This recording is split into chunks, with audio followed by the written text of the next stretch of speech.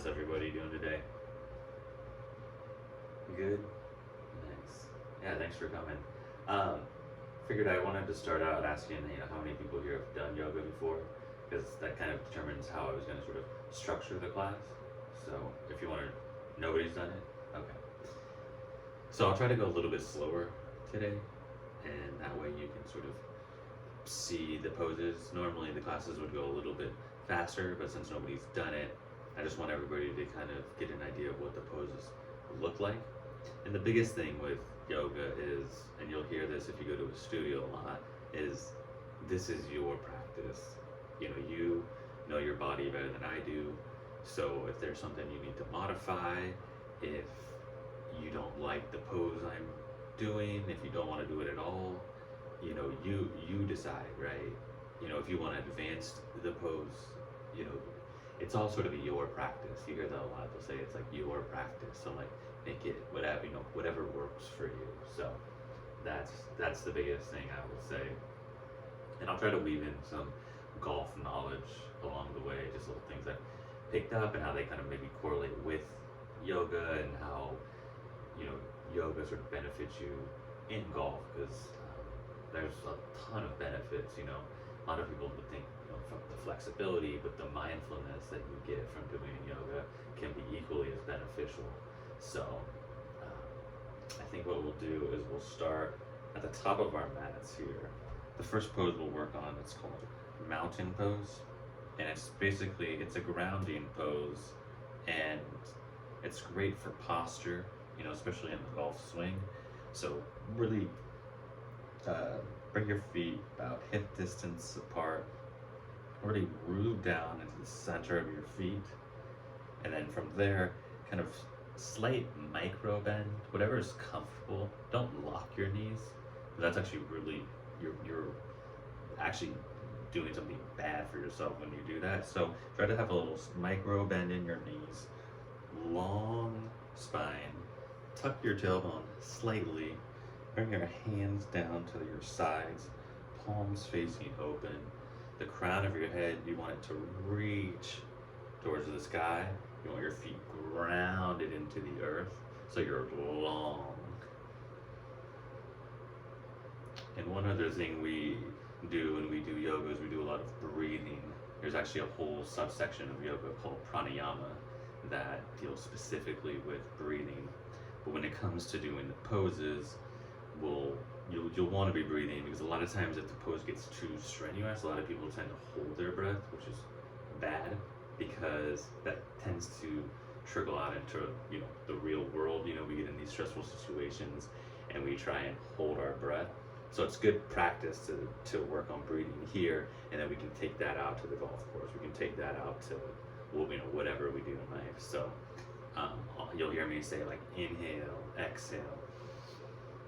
Breathe in through the nose, out through the mouth, or breathe in through the nose, out through the nose. But in mountain pose, we really want to, when we inhale, we really want to root down. You want to feel the energy from the earth sort of coming up. And then with our exhale, we can kind of feel the energy coming down. So it's kind of this up and down, and we're going to move in with our breath. So anyways, so from mountain pose here, now that you're in it, we're just going to be here for, we've already talked about it, just sit here for one more breath. So really inhale, feel the earth, feel the energy coming up and through and up and out the top of your head. And then as you exhale, really feel that energy really rooted down into the ground. And now from here, what we're going to do is we're going to take 1 foot back with your right foot about 2 feet. Keep both of your feet pointed straight forward.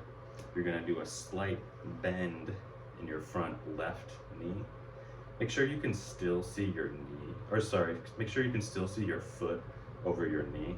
So as you're looking, be able to make sure you can still see your foot. That's important, because if you get too far over, that can be not beneficial. And if you're too far back, you're sort of off balance. So you kind of want, you want to feel relaxed. You want to feel a good bend in your knee, but you still want to be able to see your front foot. And then your back right foot, it's slightly wider than hip distance. Again, both of your feet pointed forward, long straight spine. And from here, I would say like inhale, bring our arms up, and then exhale. And one way we can work on this one here is your shoulders and your ears. So when you're up here, you can inhale, you can bring your shoulders towards your ears, and on your exhale, we're really soften and try to create distance between your ears and your shoulders. So I'll say inhale, bring your arms up, exhale, really let the shoulders drop. And we'll stay here for 2 breaths. So inhale, tall, exhale, soften.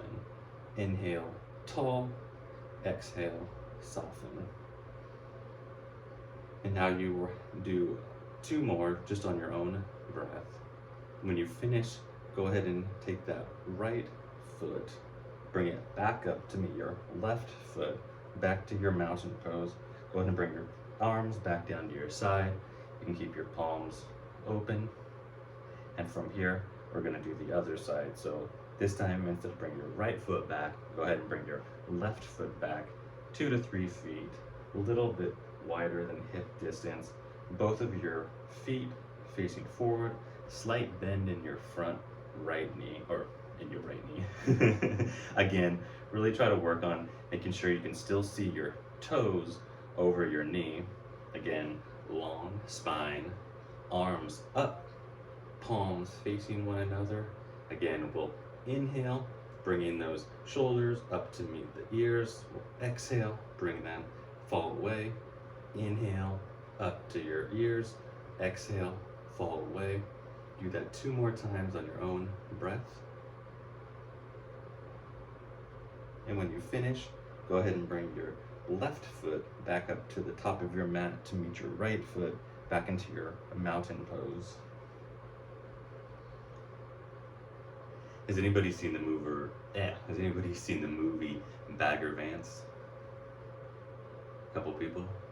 Only reason I brought it up was I was trying to figure out how to weave golf and yoga into sort of this, or into a sort of beneficial philosophy. But the movie The Legend of Bagger Vance is a really good example, because in the movie played by Will Smith and Matt Damon.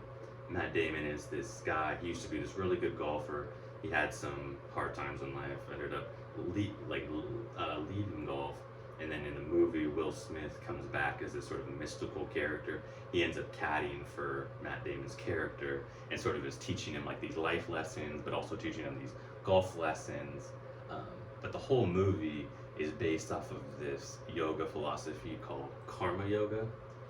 And if you're not familiar with karma yoga, the sort of layman term karma yoga means to do something without expecting anything in return. So like just doing something nice for somebody and not expecting them to give you something back. But the way it relates for golf is, if you think about, what can you control in the golf swing, right? Or just golf in general, right? You can only control everything right here. Once you hit the ball, you can't control it, right? The outcome is out of your control. But yet we get so emotionally invested in that outcome. And how many times do we hit a bad shot, we get really mad, and then we continue to hit more bad shots because it's sort of like this tumbleweed effect. And so one thing I like to emphasize is just sort of trying to use sort of the philosophy of karma yoga, where we just worry about everything here. We do a good setup, we try to make a good swing, but once we hit the ball, we just go and hit the next shot. So we don't have that sort of ebbs and flows emotionally, and we can stay more even keeled. So anyways, just something to think about. So now that we're back into our mountain pose, this time instead of going back 2 to 3 feet, what I'm going to have you do is go back about 4 feet, a little bit longer than you did the first time. So this time we'll take our left foot back about 4 feet, and instead of your toes being angled forward, I want you to angle your left leg about a 45-degree angle. Go ahead and keep that right foot pointed forward, and then go ahead and put a slight bend into your front right knee. And then go ahead and open your hips, your chest, your heart towards this side. And then go ahead and bring your hands, or arms, sorry, up to a T. This is called Warrior 2. And it's a great pose for posture, because it's a grounding pose. It really, roots you down, but also just creates that strength and that really good posture, because you're lengthening your spine, you've got the bend in your knees, that strong athletic bend. You've got your hands up, your arms up into a T. A lot of times in a position or a pose like this, you can go ahead and gaze over your front right hand. And again, we'll stay here for 3 breaths. Try and really breathe in through your nose, out through your mouth. In through your nose, out through your mouth, and kind of go on that rhythm. So 1 more breath. And then from here, bring your hands back down to meet your waist. Go ahead and hinge at your waist forward like this. So you're keeping your hips continuous to, in the same rotational, but you're just angling your hips down.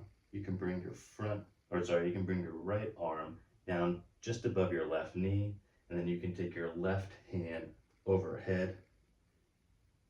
This is called side angle.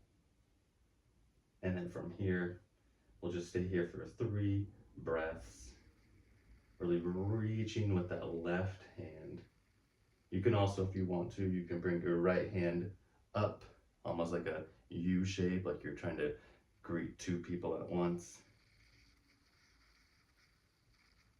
Once you've finished with that, go ahead and unhinge those hips back. Go ahead and bring your arms back to meet your waist. And then go ahead and bring your left foot back up to meet your right foot, back to your mountain pose. And this time, since we just did our left foot, yoga literally means union or balance. We'll do the other side. So go ahead and take your right leg back, again, a little bit further than the first time, so maybe about 4 feet. And then you want to angle that right foot about a 45-degree angle. Go ahead and keep your left foot straight, and then your left knee slightly bent. Again, you want to be able to see your toes.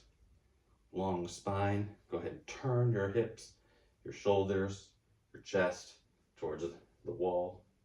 And then go ahead and bring your arms out to a T. And again, you can just have a slight gaze over your front left hand, if that feels comfortable. We'll stay here for 2 breaths.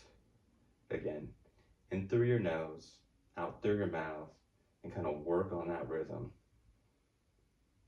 When you finish with your last breath, go ahead and hinge at your hips like this. Go ahead and bring your left arm just above your left knee. Bring your right arm high and over your head. Again, keeping that chest open, really reaching. You can bring your hands out to a kind of a U shape, or you can just keep your left arm resting on your left knee. We'll stay here for 1 more breath. When you've finished, go ahead and unhinge those hips. Bring them up.